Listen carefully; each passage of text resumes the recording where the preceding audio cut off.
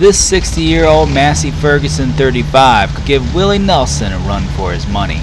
But can one little bottle of ring sealer possibly fix this blue smoke issue? Let's find out.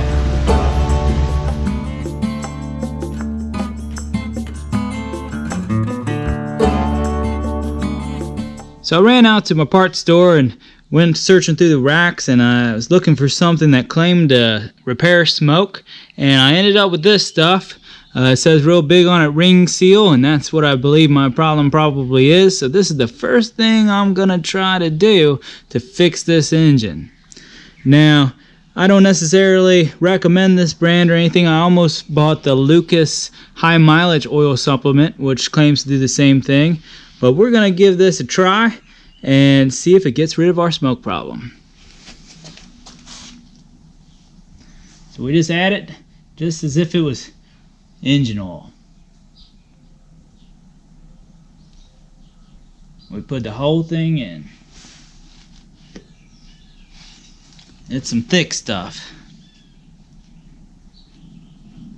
Got a little bit of that stuff on my fingers just to show you what it's like, and basically it's just something that's going to add viscosity to the oil, thicken it up, seal those rings. Now it says to run it for a little while, but this is me starting it up right after putting it in. Already there's a difference. Still just a little tiny bit of smoke, but a whole lot better. I feel like I should probably point out that I know this engine is going to eventually need rebuilt. All I wanted out of this was something to get me through for a little while, and I believe that's exactly what this did. Going from this to this is pretty good for an oil additive. So if this video helped you, please help me by clicking that subscribe button.